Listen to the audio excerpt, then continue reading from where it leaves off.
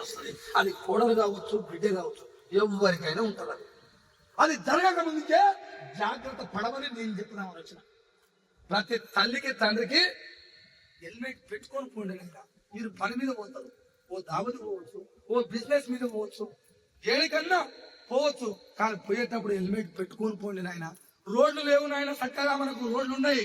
ఈ రాష్ట్రంలో రోడ్లు ఉన్నాయి, రోడ్లు వేయలే, రోడ్లు వేసినా అవి బాగు కావు. అట్లా అందుకని రోడ్లు బాగలేవు. నువ్వు మంచిగా పోయినా వచ్చేవాడు సరిగ్గా రాకపోవచ్చు.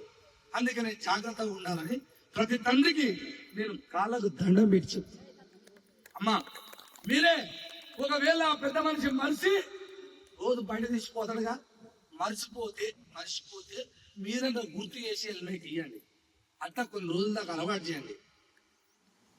ఆడ భర్త పోతే విలవిల్లాడి కొట్టుకుంటున్నారు.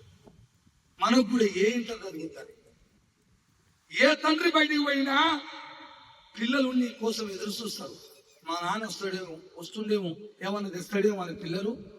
భార్య కూడా నా భర్త పొద్దుగాల పోయిన ఇంకా రాలేదేమని ఎదురు చూస్తుంది.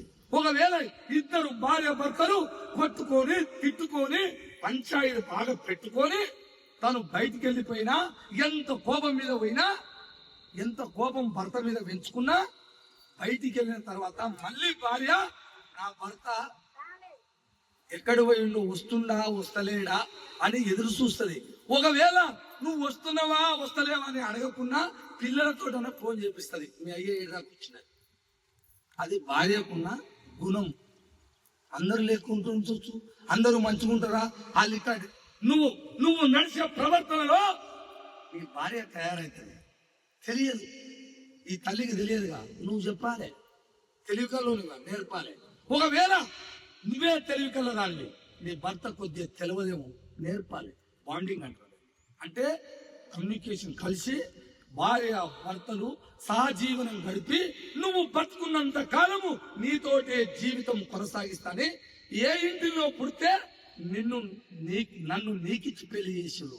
అందుకనే మన ఇద్దరి మధ్యన ఇద్దరు ముగ్గురు పిల్లలుగాను సహజీవితం సచ్చిందాగా చేయాలని కలిసి చేసేటోళ్ళు మనం అంతానే.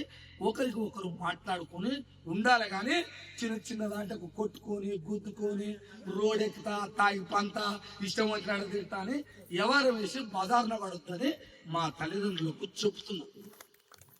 మంచి మాటలు చెప్తున్నా.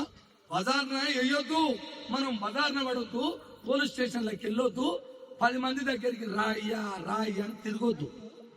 ఎందుకు బాధ పాడుగా ఆ కోపం ఏందో ఆ తాపం ఏందో ఇంటనే మాట్లాడుకొని, ఒకవేళ కోపం ఆయనకు వచ్చి నిన్ను పెట్టినా, నువ్వు అనరాగా దబ్బున మాటన్నా ఎవరో ఒకరు మలుచుకొని జరసేపు అయ్యి నాదే తప్పైందని నువ్వు నీ భర్తకు చెప్తే తప్ప